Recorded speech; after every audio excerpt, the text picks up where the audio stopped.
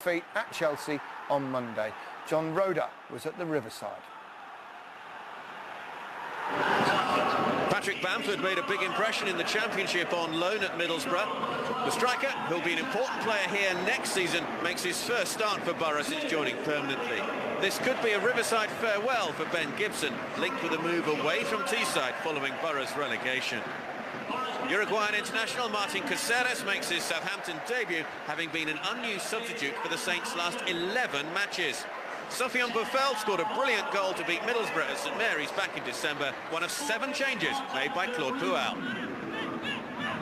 Middlesbrough's relegation confirmed with the defeat at Chelsea on Monday night, but Steve Agnew says that the team have plenty to do in their remaining 2 matches. They'd like to finish the season in some style, with some momentum to take into the next campaign. Given away by Caceres. Clayton now for Middlesbrough. Referee says play on, and the shot in the end came in from Bamford. And eventually, Anthony Taylor says that is a free kick for Middlesbrough. It is Negredo, it takes a touch off the wall and behind for the corner. Yoshida. Middlesbrough's first corner. Something slightly different from them as well. Clayton. Still plenty forward in the penalty area. Forshaw will now whip it in. Deep. And had it just wide. Friend with it.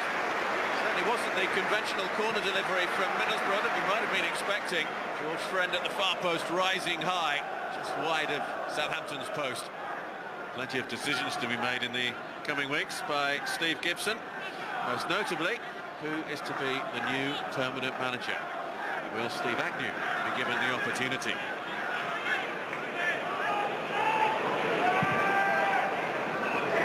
Long. Gibson looking to close him down. Long's ball in, it's towards Rodriguez! And Southampton get the opening goal just before half-time. Simple, yet perfect in its execution. Long, definitely onside. You can see the run that Rodriguez makes, just holding back, waiting for the ball to be played across by Shane Long. 6th goal of the season for Jay Rodriguez.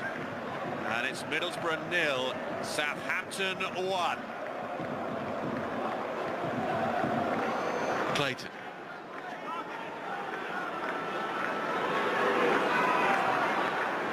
Chambers with the ball forward, on by Negredo, drops here for Bamford, who fluffs his lines. It could be argued that this is Middlesbrough's best chance of the match so far. And Bamford with a horrible hit. Bertrand. Nicely worked, Nathan Redmond. Redmond with the shot! And that might just seal it for Southampton. Nathan Redmond on as a substitute at half-time, and just look at the room that he has at the bottom of your picture. Perfect finish into the top corner. And it's Middlesbrough 0, Southampton 2. It's a long way back now for Middlesbrough this afternoon. Bertrand. In towards Long. Guzan comes out to meet him. The referee says penalty kick for the foul by Brad Guzan on Shane Long.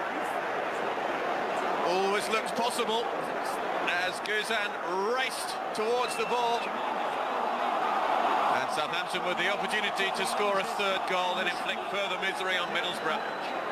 And now Long will try and place this penalty kick past Brad Guzan. Oh, he's missed it!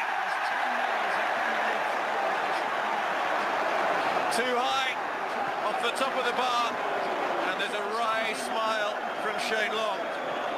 So it remains 2-0 to Southampton, but it could so easily have been 3. Fabio. 4 in the penalty area, and arriving late at the far post was George Friend. It's a corner kick as it comes off the Southampton defender.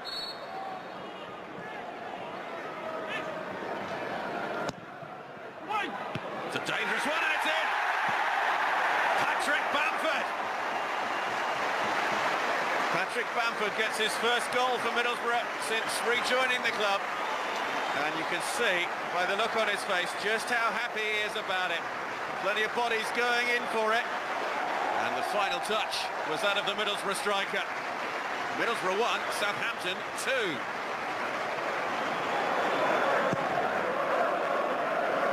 A goal from Steve Agnew's side, just their 17th at home here at the Riverside this season in the Premier League. Fourth official, Mike Jones, is about to show us how much additional time we're going to have, and it will be a minimum of 4 minutes additional time. Back in by Ledbitter. Austin's header. Chambers! What a save that is from Fraser Forster.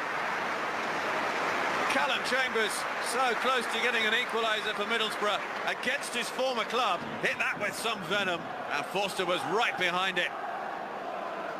It was a little difficult at the end of the game because we can score the third goal, and after for the last minute, Middlesbrough believed to come back, and it was a little difficult with long kicks, long ball, but it was important to maintain this good result. I think it's a good thing. To be fair, like I always think that if I start a game, I always believe I'll score. So to be honest, I think I've started 2 games in 2 years or something. So yeah, it was nice. It was a big relief, and there's a lot of pressure off my shoulders. Times like this, it's disappointing for all of us. But most importantly, it's about Middlesbrough Football Club, and it's about Middlesbrough Football Club getting into a position next season where we have a fantastic opportunity to bounce back and play in the league that we've just played in all season. Gareth Southgate was watching the game, and 2 English internationals, only played obviously a game or so, but stood out for you? Yeah, they played very well today, Rodriguez and Redmond. They couldn't cope. Middlesbrough with these 2 players gave Rodriguez far too much space. It's a hell of a ball in from Shane Long, but the technique to guide that in and control that in the way he did on the half volley, it's a hell of a finish, you know. It really is. It wasn't easy. Clayton rugby tackling Rodriguez here. It's the only way they were going to stop him. And this is Redmond's goal into Rodriguez to Redmond. What a hell of a finish this is, and that's 7 goals now, and that's his best return in a season. And you're right, Gareth Southgate was there, and you never know, do you? No. Put in good performances. Yeah. I must mention Patrick Bamford. So happy. I mean, crikey, he's had a hell of a long wait. 760 days to score a goal, and his first Premier League goal. He's so happy. He was happy. I think he celebrates. I've never seen anyone celebrate this long. I can only... Look, there's none of his teammates come with him. They don't come over. Look how much he's playing. I'm going to have to give him a call and find out if he's on that Zlatan bonus or something, because that's the only reason he's celebrating that long. Look at him, look. He's still celebrating. Brilliant. Good luck to him. Yeah. Middlesbrough down, of course. They went down earlier this week. Are they kind of in a better situation, perhaps, to bounce back than, say, their North East rivals, Sunderland? Well, I would take more players out of the Middlesbrough team than I would out of the Sunderland team. At least they're